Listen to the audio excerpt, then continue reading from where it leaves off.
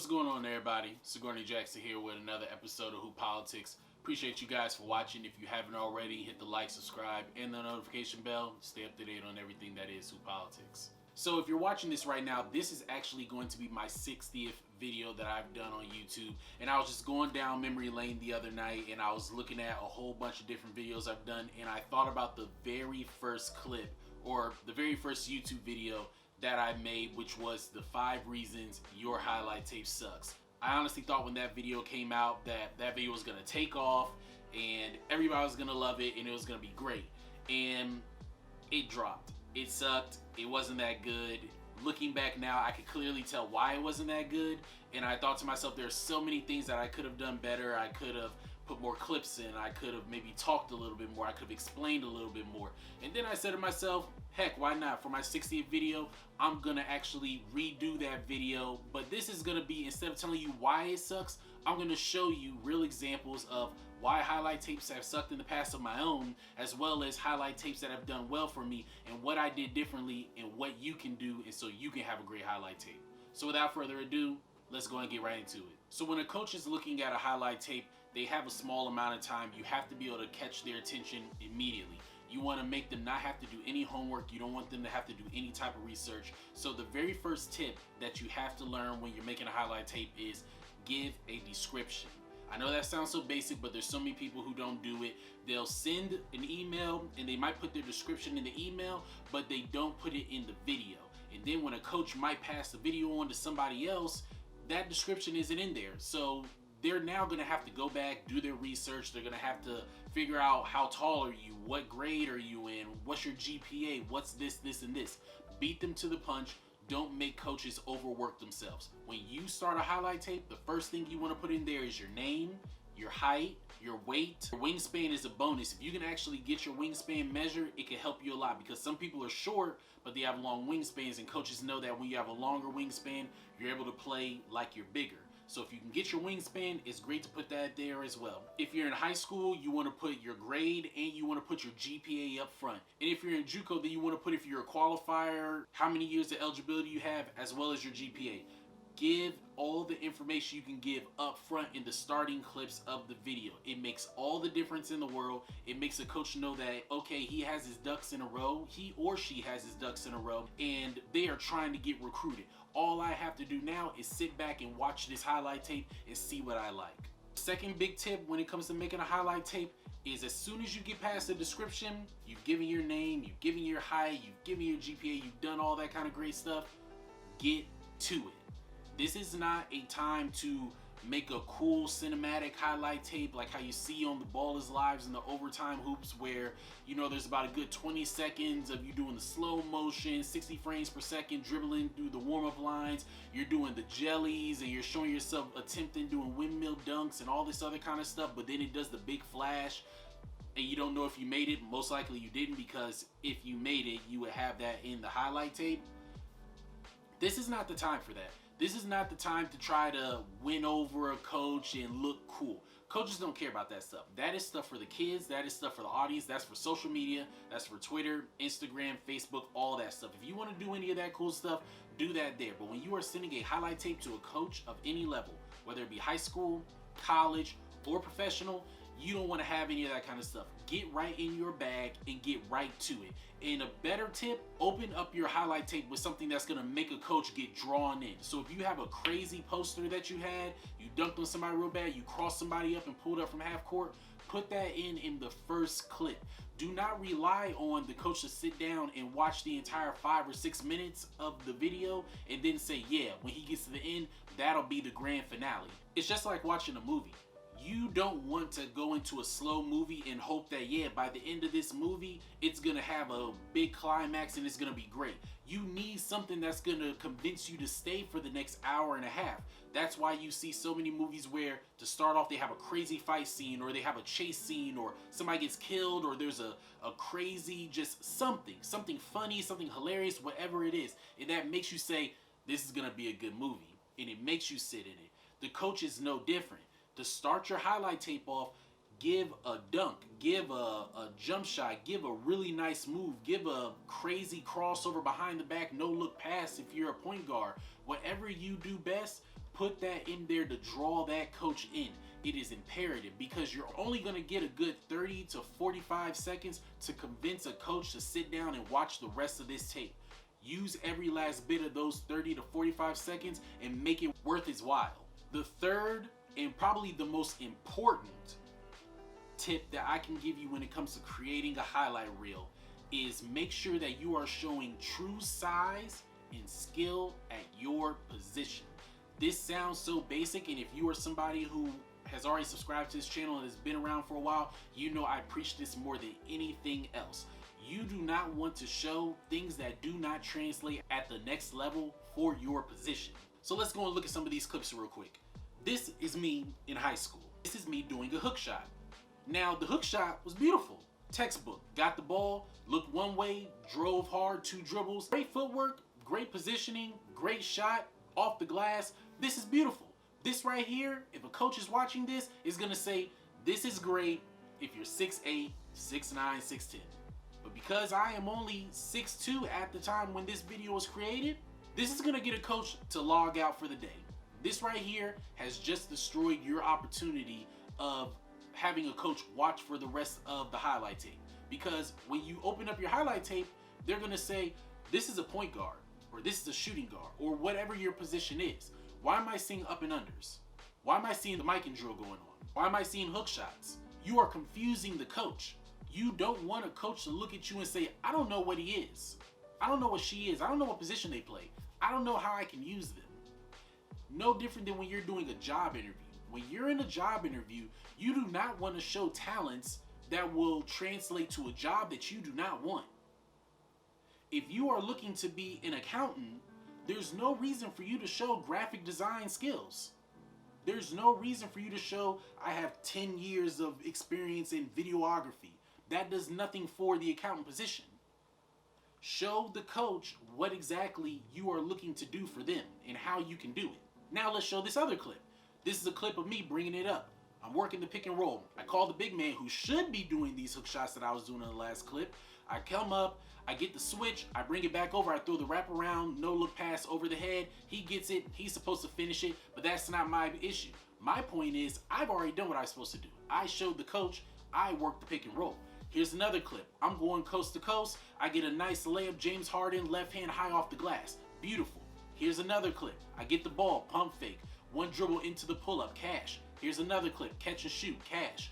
These are point guard and shooting guard position skills that will translate to the next level. These are clips that you want to show your coach. Now, if you are a big, then you want to show big man moves. So now, bring yourself back to the original clip. I'm going to show you how to do some post moves. But if that's not you, don't do that. If that's not what you're trying to be at the next level, don't do that. Make sure that you are showing as much as possible when it comes to your actual position. Do not confuse the coach. You are hurting yourself long term. Now, that doesn't mean that you can't post up in a game. I post up in games sometimes because I'm a bigger guard. Now, I'm 6'4". I could post up smaller guards. But that is only for when I'm trying to get a quick bucket or I'm trying to score. But I would never show a coach me posting up because that does nothing for me when I'm trying to get recruited. So I'm not telling you never post up if you're a bigger player. Yes, use your advantages. If you're strong and physical and athletic, yes, use your advantage and get to the rim. But when it's time to walk into the office and show the coach, hey, look, this is what I can do for you, you don't need to show that. You need to show pick and roll. You need to show shooting the ball. You need to show passing. You need to show how to split the screen. You need to be showing those type of things, your floaters. Because ultimately what you're trying to do with the coaches, you're trying to get him to see the vision of what they can do with you or what you can do for them. You want to try to get them to, at the very least, give you a call and say, you know what, come on in for a game. Come on in for a practice and run with the guys. Let me see you up close. Let's do a workout real quick. That's ultimately what you want. But you can't get that if you're showing other stuff and leaving the coach confused. The fourth tip when it comes to making a highlight tape is, remember, it is a highlight tape. That sounds so basic, but people really forget it. A highlight tape. That means that you need to try to show the most exciting plays that you have to offer within this tape. That means that, yes, you can have a layup. Nobody's saying that. But you need to be putting dunks in. If you can dunk the basketball, dunk the basketball. But this right here goes into when you play. When you're playing basketball, you want to play as if you're trying to make a highlight tape to some extent. That doesn't mean that every single time you come on the court or get the ball in your hand, you need to be trying to do something crazy. But every time you get the opportunity to lay the ball up, dunk it. Every time you get the opportunity to attack the rim on a defender, go up with the intention of dunking on them. Every time you get the opportunity to shoot the ball, shoot it with confidence, because that comes into play when it's time to make your highlight tape. You want to keep the coach entertained. You want to keep the coach on the edge of their seat saying, oh man, this girl's a gamer. You know, they're attacking the rim, they're fearless, they're playing with high energy, they're diving on the floor, they're shooting from beyond the three-point line, they're working the pick and roll, they're crossing, they're step backing, they're doing all the things that make you feel like, man, this person can do it all. You want to almost trick the coach into believing that this is you every single day, every single play. Now, of course, coaches who know basketball know that that's not the case. But what they want to know is, are you capable? Because when you show that you're capable, when you show that you have the potential, a coach in their mind says, I can mold them. What I'm seeing right now in the highlight tape, I can make it to where this is their everyday life. This is what they do every day. But they're not going to know if you give them nothing to see. So with the highlight tape, you want to make sure that you're showing them the potential that what you're doing can be an everyday thing. And you want to keep them entertained, and so they can actually watch the entire highlight tape. You want them to be able to sit down in their chair, watch, and then look down when the highlight tape is over and say, dang, that was 5 minutes long. Let me give this guy a call. Let me figure out, you know, what his situation is. Let me try to get him in on a visit. Let me try to get an interview. Let me try to do something, because we might need this person. That's what you want to do. So make sure that you're showing your highlights, but make sure that you know they are real basketball plays. Like, there's no need for you to show the lane depart and people are just standing around and you just go in and windmill. That does nothing, because nobody's gonna let you do that in a real game. I know that's a thing now in high school where, you know, kids, I guess, move out the way and let people dunk and do all that kind of stuff. That's not gonna impress a coach. Show what you can do in the game when it's necessary. And you do that, then you're gonna definitely be fine. You're gonna have some excited coaches that are reaching out to you. So that's 4 tips right there. And you know what? I'm gonna give you guys a 5th one, a bonus one, just to help y'all out a little bit. Bonus tip for you guys is, who are you doing your highlights against? Now, this is something that you can't necessarily control, because some of you probably play at high schools where you're not playing big time competition. Some of you are playing for AAU programs where you're not playing at the top of the circuits. So you really can't control this. But what you want to try to do whenever you have the opportunity is, if you have clips of yourself scoring against bigger defenders, taller defenders, longer defenders, if you have yourself getting a dunk on a 6'8" or a 6'9", put that in. Even if you have yourself getting a floater against a 6'8", 6'9", put that in, because what that's showing a coach that, okay, they're used to playing against college level size. What they're doing right now, this will translate at our level because we have bigger players. Or even if we don't have bigger players, our conference has bigger players. So we know that they won't have to go through the maturation process of getting used to shooting over a 6'7" defender, going up and trying to be creative and do up and unders with a 7-footer waiting for you at the rim trying to block your shot. That means something to a coach, because what that means is they can come in right away and they can play right away, whether they're a freshman, you know, who just came out of high school, or they're a JUCO transfer. They are able to come in and make an immediate impact, and it's not going to take too much time to get them acclimated.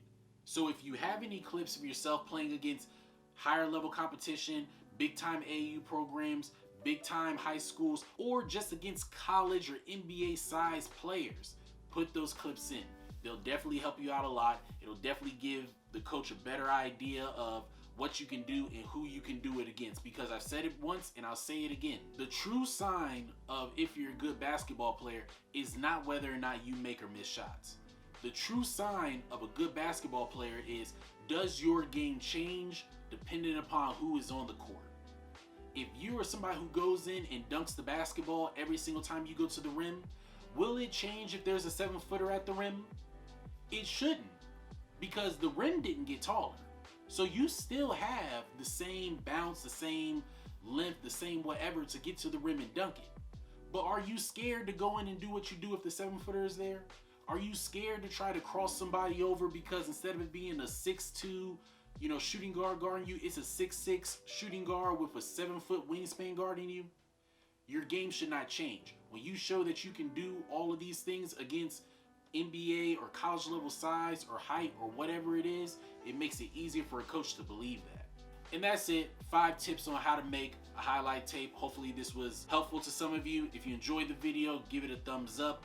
Follow the Instagram and the Twitter at @hoop_politics. Comment below and let me know if this helped you guys out. And without further ado, God's always in control.